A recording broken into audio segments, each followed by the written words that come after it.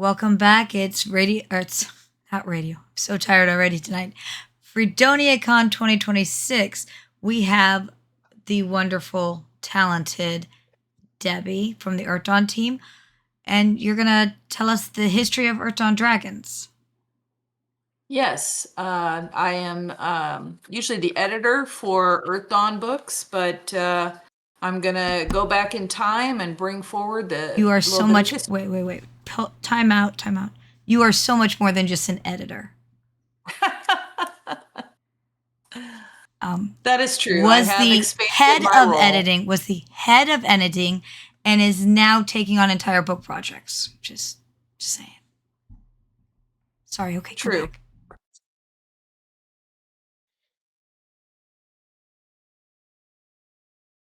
So I do want to preface this with the fact that I'm not going to go over the complete history of Earthdawn Dragons. That would be much, much longer than 1 hour. But I am going to give you a selection of the history of some of the Earthdawn Dragons. As those of you that are familiar with Earthdawn know, all of the races have their own creation story, their own how our race came to be kind of story. So I'm going to start with the creation story according to the dragons as told by Icewing.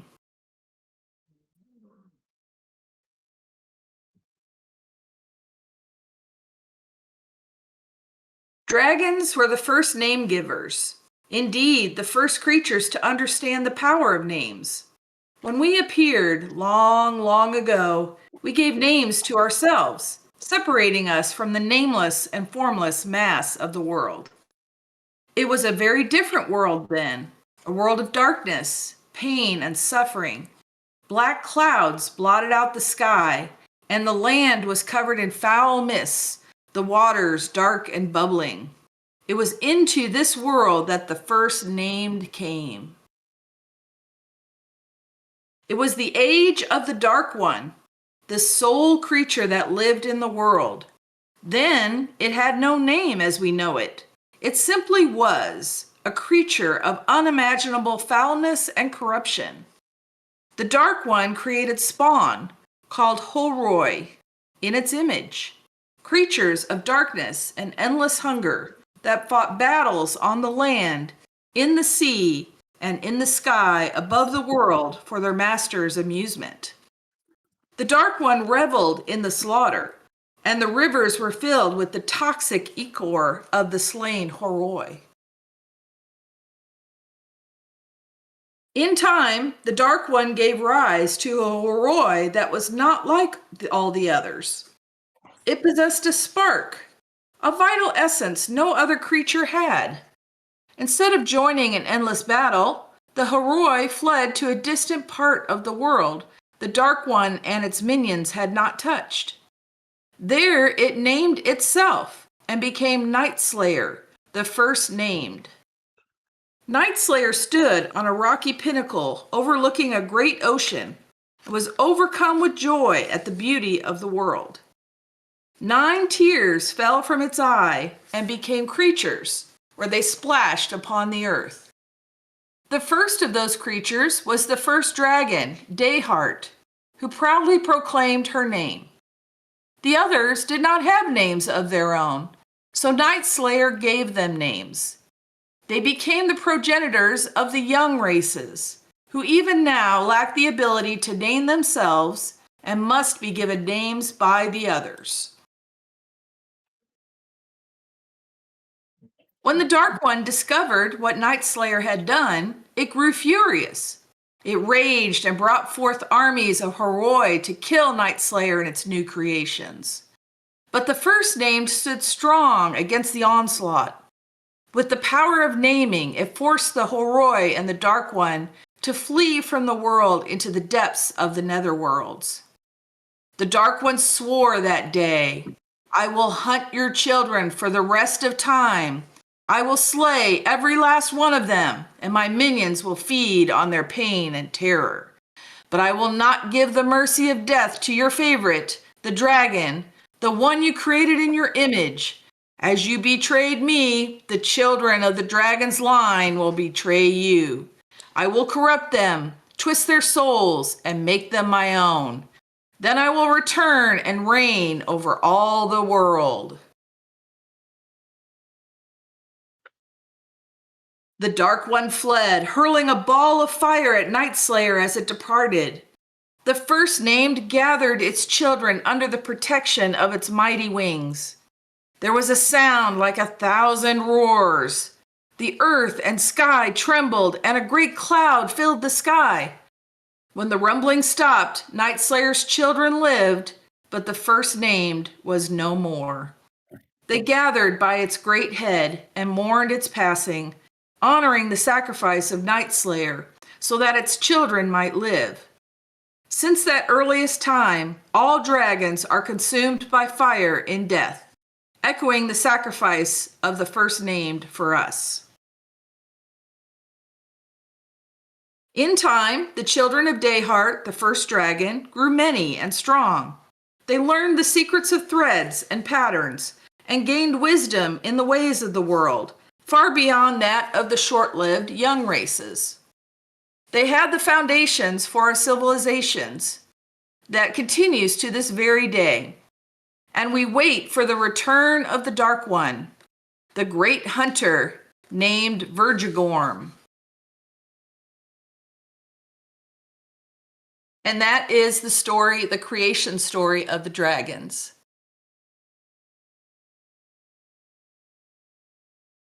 Why does it say, okay, there we go.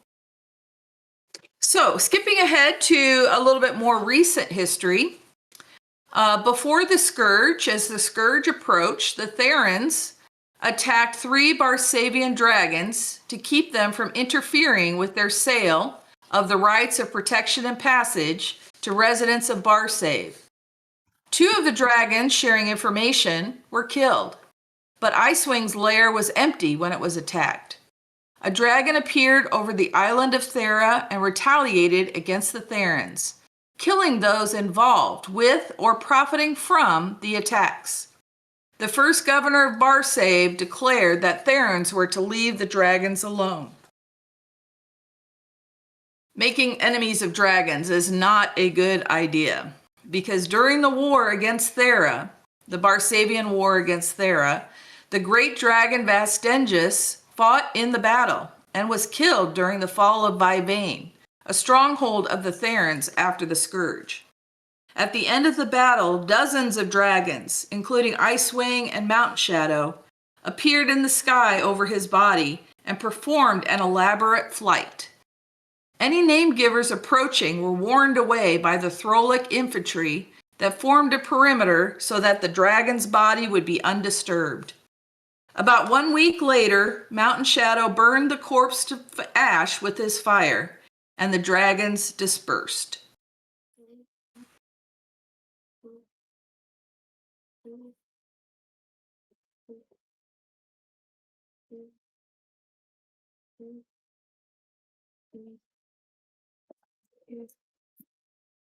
So as some of you know, we have several plush dragons that we have produced and are available on our FASA store. So now I'm going to talk a little bit about the various dragons that we have plushes available for. The first one I'm going to talk about is Mountain Shadow. He is one of the oldest dragons, raised by All Wings, who is considered to be the greatest of the great dragons of old. All Wings taught her hatchlings the traditions and history of dragonkind and instilled wisdom and ferocity. Mountain Shadow and his brother Icewing are the last dragons alive raised by All Wings. He has silvery blue scales. He pursues knowledge above all. Magic, legends, history, all of it is fascinating to him. Because of this search for knowledge, he maintains a network feeding him information from all over Barsave. While most dragons consider the young races to be beneath them, Mountain Shadow has a sincere interest in them. He involves himself in their affairs, though physically he prefers to keep his distance. He resides in the Dragon Mountains. However, he has at least one other lair hidden in the Badlands. Mountain Shadow has raised hatchlings in his primary lair. Some of these hatchlings are grown and also reside nearby in the Dragon Mountains and choose to aid Mountain Shadow with his plans. He protected a care in the mountains during the Scourge, and these name givers serve him in gratitude still today. Mountain Shadow is studying the effects of the Scourge on the Badlands. He is concerned with the corruption that appears to be spreading towards civilization in general and Travar in particular. Mountain Shadow has one known drake that assists him, named Rosper. Another important servant of Mountain Shadow is the human Darktooth. This name giver is his primary messenger outside of the Dragon Mountains. He does not function publicly as an adept, though it is possible that he follows a discipline or is even a drake. Those who inquire too closely into his affairs do not live long enough to tell the tale.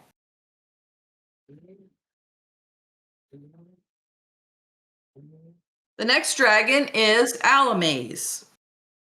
Alamaze is a very old dragon, perhaps the oldest dragon in Barsave.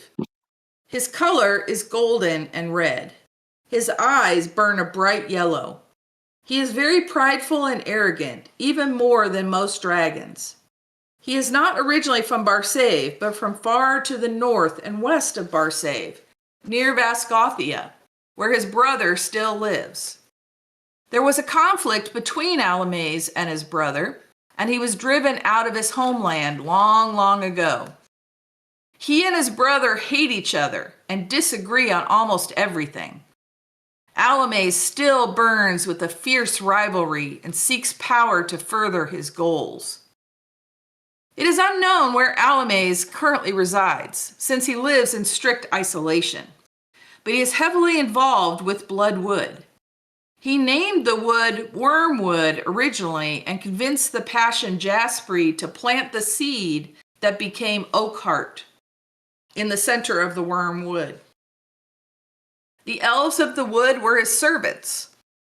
Eventually, the elves rebelled against him, and he was severely wounded by Canreth. When Alamaze recovered from his wounds, he came back to the Wormwood to declare allegiance, to demand allegiance from the elves again. Queen Dahlia arrogantly opposed him, so he destroyed her and many of her companions. Enough survived to tell the tale. Since then, Alamaze has developed a fierce hatred for the elves, and the elves consider him to be their deadliest enemy. Alamaze is an expert in elementalism, and especially the element of wood. He shaped many aspects of Wormwood to his liking. However, since the Scourge, when the Wormwood became the Bloodwood, he has lost much of the power he had, since the threads he had woven to its true pattern have been severed. His distrust of name givers means that he relies on beasts and lesser drakes as his servants and spies.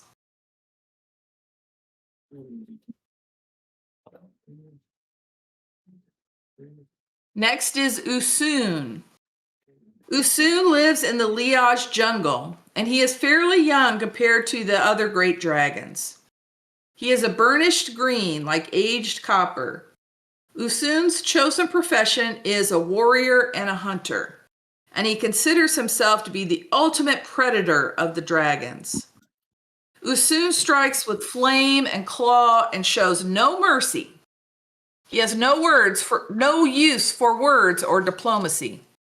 Since the rest of the dragons do not allow him to war against the young races, he resides in the Liage jungle with the most savage creatures of Barsave for him to test his strength and cunning. He is more interested in nature lore, with a great understanding of flora and fauna. His use of elemental magic allows him to control every aspect of the Liage jungle. Usoon isolates himself and is therefore the most mysterious of the dragons. He has unknown motives other than defeating and devouring creatures, and any intruders he can catch.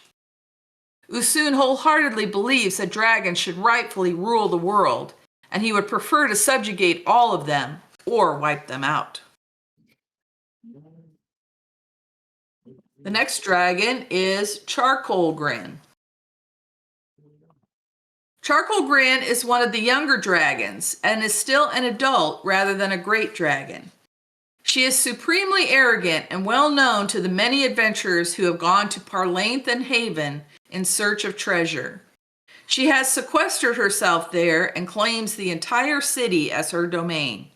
Her lair is currently located in the original Imperial Palace of the city. Charcoal Grin is very talkative and will speak to any and all at great length, and expects complete attention to her words. It can cost name givers their lives if they show a hint of boredom. She hangs heavy curtains around the throne room where she receives visitors, so name givers rarely view her directly. Her color is black, so if she goes abroad by night, she will usually escape notice. Her story starts with the Theron magicians. She became enamored of a human wizard and shared with him the spell to hide Parlainth from the horrors during the Scourge, including the location of the pocket of astral space that they should use. She also provided plans for small airships carrying only a handful of name givers that could move around in this astral space located around the city once it was transported there. The human wizard was delighted and devoted his life to Charcoal Grin. When the Theron magicians enacted the spell and Parlainth disappeared, all name givers in Barsave, including Charcoal Grin, forgot about the city after it vanished. When it reappeared, Charcoal Grin's memories of the city and her beloved wizard returned to her, and she went to Parlainth in search of him. She located some of the airship vessels that she had designed, though not all of them, and her wizard was not located in the city. Did he escape the city on one of the airships before the horrors could destroy him? She has formed an army to search the city for clues to his whereabouts. Her army is called the Unforgivables. They patrol and protect her territory, as well as find or take from others treasures and take them back to Charcoal Grin. They are terrified of their mistress, but they are also lazy, so they explore erratically. Since there are so many of them, they use clay badges to identify each other.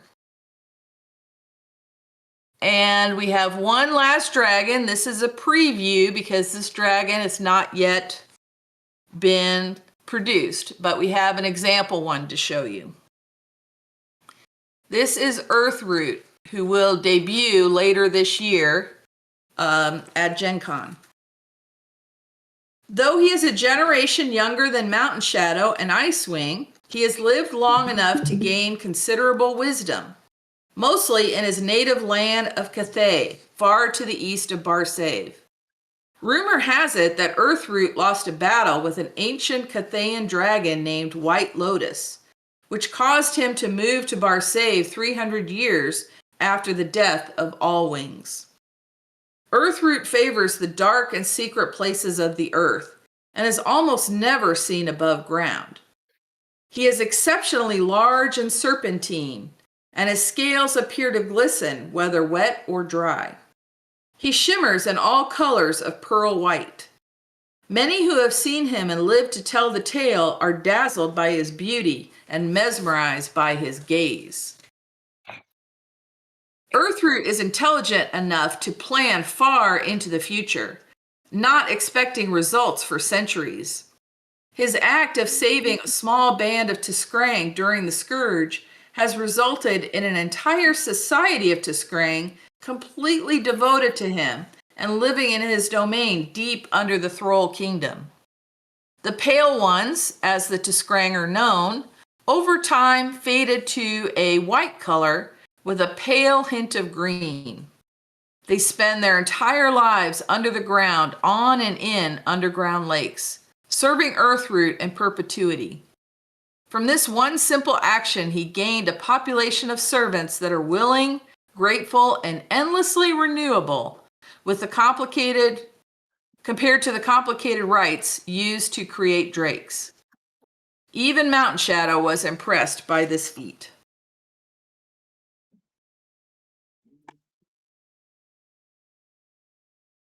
And that is the history of dragons that I have prepared for today.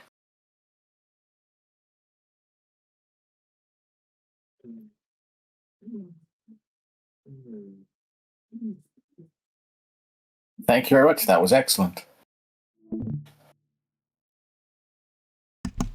I know I learned stuff.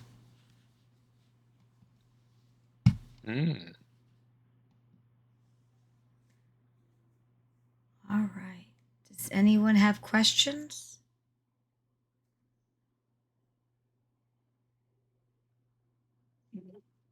I have a question. Okay. What's our next dragon? Are we allowed to tell that yet? No, not yet. Oh, man. But that Because means there is a next dragon. There is another dragon that is being planned, and but it is going to be tied to an adventure book that we are also planning for next year. Ooh. We have an event book for this year and an adventure book next year. We're going to try to alternate those every year. Well, that'll be cool. I like that idea. Yeah. I might have even been at a meeting where it was mentioned. Maybe. All right. Does anybody else have questions for Miss Debbie? I can't remember the name of the dragon associated with Carafard. The Phil Cathayan. Guinan. There we go. Thank you. Oh, yeah, that's right. Yeah. Yeah, I think that one's another adult rather than a great dragon, isn't it? No, she's a great, I think. Oh, is she I'd have great? to double check. She's a great, but she's human. She's almost always in her human guise. Oh, that's Is she right. purple? No, she's like blue and stuff. Oh. But I think we should just release her in a human form as a tiny doll. That's a good point. Since she's always in human form. Yeah. Actually, that would be fun. There is a dragon there's an adult dragon called Night Sky who's described as being the color of the night sky, which I think is justifiably we could do as a really dark purple. Mm-hmm. Well, Yeah, if be we distinctive from consider charcoal. doing, oh my goodness, Dinerostus, he's supposed to be, depending on which, I think it was like the Patel from Copper, which would be a teal. Yeah, so Malachite green, I think, because given that it's the Malachite throne, has always been my I thought theory. there was Malachite, but we had also wanted that because more I don't copper. remember reading what color he is anywhere. Well, Yeah, it's not in writing. Never been mentioned. Because I did all the looking for it. There isn't anything. And then the discussion was, because I did the contract for the cover, is it was supposed to be, the discussion was it was a copper that had pateled. So it's in that green to blue. Mm-hmm. I'm trying to remember, because it's on in the background of Empty Thrones. It's kind of in that shadow. Oh, is he? Okay. Behind the chair, yeah. Yeah. And I think he looks more green in that. Let me 1 second, let me grab the book.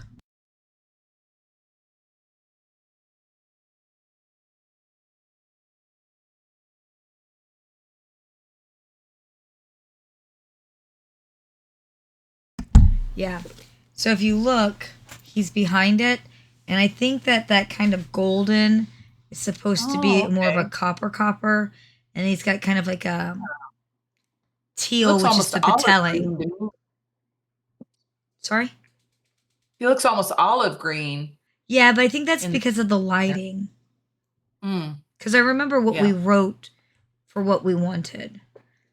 But I think with the malachite on the throne, I think it's supposed to be how the lighting hits, maybe. Mm-hmm. So is this color described in Empty Thrones? I'm trying to remember if they actually wrote it in. I don't think I it don't think is. they ever did. I think it's always been kind of, which is why I'm going off of what the contract. Matter of fact, I wonder if I still have that. Hold on a I second. wonder if he's a master illusionist then, because there's one dragon that can appear any color she wants to. Yeah. Which one's that? A-Ban. Usan. Aban, yeah, sorry, not Usan. Wrong dragon, just like in the Savage. Yeah, because I was rereading her. For reasons, I was rereading her dragon entry. And there's basically, she's described as being the color of blood at midnight, a really dark blue, or a really dark green, I think it is. But it's essentially, she's always quite dark and her eyes match, but she varies in color. And I really like the idea of a chameleonic dragon. So I always think she's probably an illusionist. It seems like each dragon kind of specializes in one type of magic. Yeah. For Mountain Shadow, I'm sure he knows all types because that's just his way, is to know everything. Yeah. But the rest of them seem to concentrate on one particular style. Yeah. And the greats sort of all get to be that bit more anyway. But yeah, she's quite a straightforward trickster, but I think she's got some illusionist going, and I'd be shocked if Denerastas doesn't, or the Outcast doesn't, because he seems So, incredibly tricksy. Miss Debbie, this is the actual file that got sent to the cover artist. So Okay. that was for the Malachite Throne. That because she's English is not her first language, so I didn't know if the names of the stones would cross over. But here you go, Outcast.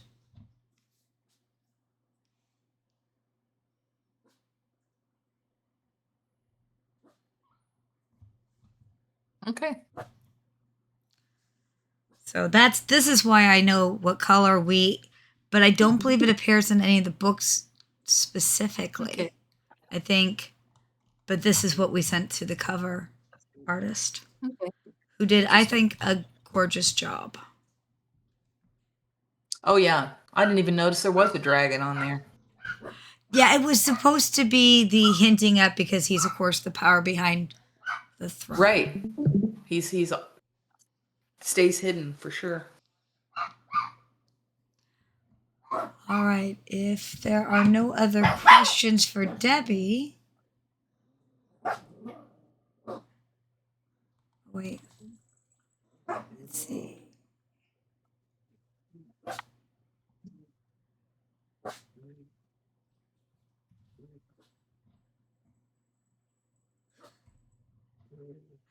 I can use my color shifting paints. I can. And probably will as soon as I do one. All right. Sorry. Debbie, do you want to say goodbye? Thank you for attending and for watching if you're watching this on YouTube, and I look forward to presenting something else next year.